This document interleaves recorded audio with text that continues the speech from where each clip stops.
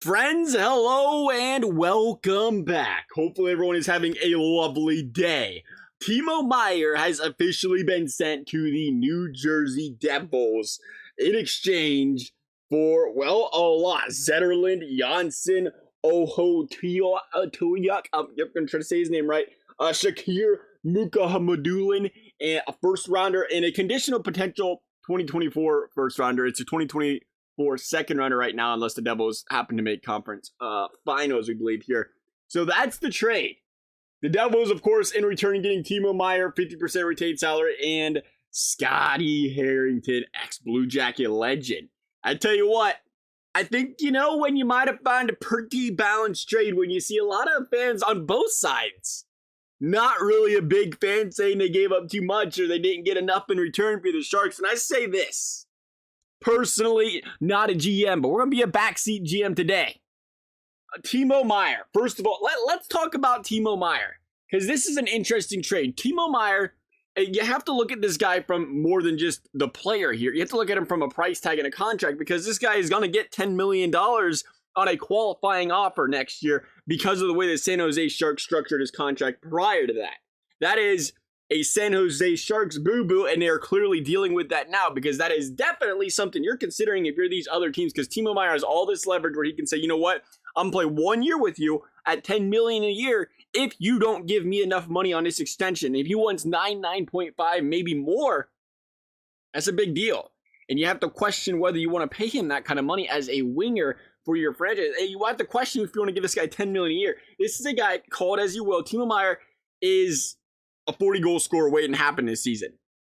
He's going to potentially do that for a few years with the Devils if he stays there, especially against guys like Jack Hughes.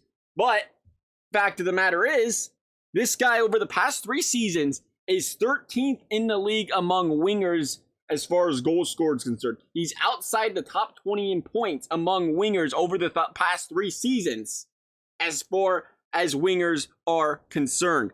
If I personally am paying a guy 9.5 to 10 million plus as a winger, especially on a young and up-and-coming team, or especially on all these other teams that are playoff teams that are trying to properly finagle their cap and allocate the assets properly, I don't want to pay a guy that much.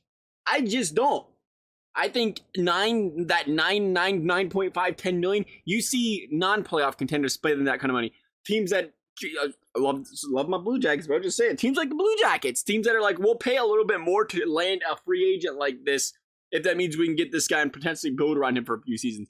Opposed to teams that are already in that position to win or say, how can we properly spend this cap? And I think something like that played a massive role in the return the Sharks got for Timo Meier. And I think they got a really good return. Again, depending if they sign or extend this guy, it can be all the difference. I mean, Janssen, obviously, depth guy there for you. Zetterlund, the Devils' first-round pick. The Devils' second. I mean, this is a big deal, I think. You're going to get a former first-round pick of the Devils, a current first-round pick of the Devils, a potentially another first-round pick of the Devils, if not a second. You're talking about potentially 3 first-round picks for Timo Meier.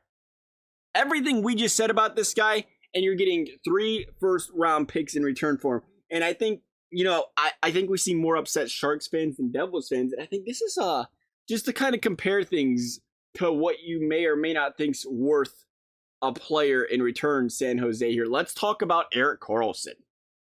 Erik Karlsson was traded from the Ottawa Senators to the San Jose Sharks. Mind you, Erik Karlsson, Norris-winning Erik Karlsson, best defenseman in the league, arguably top 3 in the league. Timo Meier is not anywhere close to top 3 winger in the league.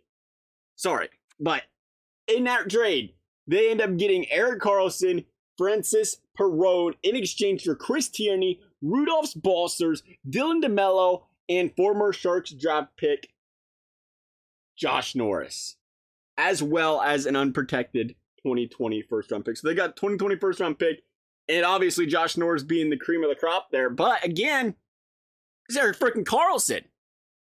Can you really look back in that trade and say, wow, Timo Meier didn't come anywhere close to that? We won't know. I think that's the thing, right? We're not going to know, but you got to kind of put things in perspective what you're getting for trade value. I know that's the thing with Timo Meier. Even though he is potentially a rental for a year and a half, it's difficult when you have to pay him that kind of money because he's got that, again, baggage tied to him, if you will. And I think the Devils came up. They came up and came up to the plate, and they gave a really good, pretty fair trade to the Sharks, especially when you see some of these other trades. Wait till we see what Patrick Kane goes for. Or what we've seen, what Ryan O'Reilly or Tarasenko. Like, you really think about it, Timo Meier, they didn't do too bad over there in San Jose. And we're going to see, I think both teams are going to be happy with this trade in the long run. We'll see, though. We'll see if the Devils extend Timo Meier. For us, though, we're going to see, hey, EA, how you feel about this trade?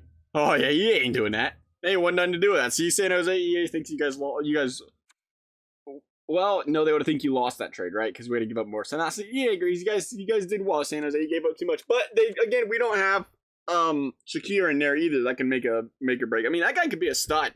He comes over from Russia.